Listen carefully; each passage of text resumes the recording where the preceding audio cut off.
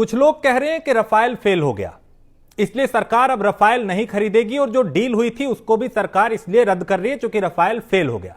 नहीं भाई, Rafale fail नहीं हुआ, बस फ्रांस ने हमें धोखा दिया है क्योंकि फ्रांस रफाल का सोर्स कोड नहीं दे रहा। अब आप कहेंगे सोर्स कोड क्या होता है?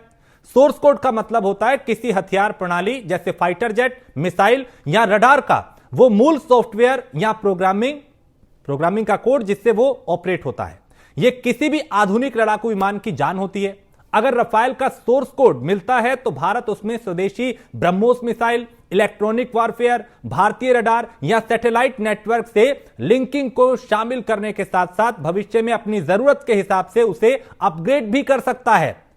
सोर्स कोड नहीं मिलने की वजह से भारत को अगर अपने स्वदेशी हथियारों को रफाल में शामिल करना होगा तो उसे बार बार रफाल बनाने वाली कंपनी दसोल्ट से बात करनी होगी। मिराज लड़ाकू विमान भारत ने कई साल पहले फ्रांस से खरीदा था, लेकिन आज तक फ्रांस ने उसका सोर्स कोड नहीं दिया, यानी भारत उसे अपने हिसाब से अपग्रेड नहीं कर सकता। यही काम वो रफाल के मामले में कर रहा था कि ना टेक्नोलॉजी दे रहा है ना ही सोर्स कोड दे रहा है, जिसके चलते भारत अपने हिसाब से रफाल को नहीं चला सकता।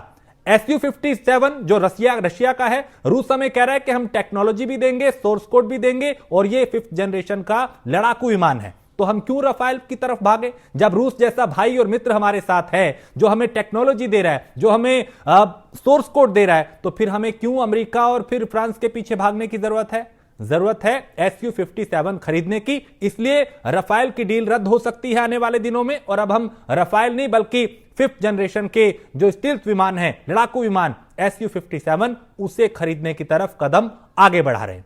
वीडियो को शेयर करिए, उन लोगों तक पहुंचे जो लोग इसको गलत तरीके से बता रहे कि रफाल फेल हो गया, भारत और पाकिस्तान की लड़ाई में भारत हारा क्योंकि रफाल फेल हो गया। जो इस तरह की बातें कर रहे हैं उनकी आंखें खोलिए, इस वीडियो को आगे पहुंचाइए, चैनल को लाइक कर लीजिए, सब्सक्राइब कर लीजिए और लिखिए कि क्या हमें Su-57 खरीदना चाहिए या अब भी रफाल के पीछे भागना चाहिए।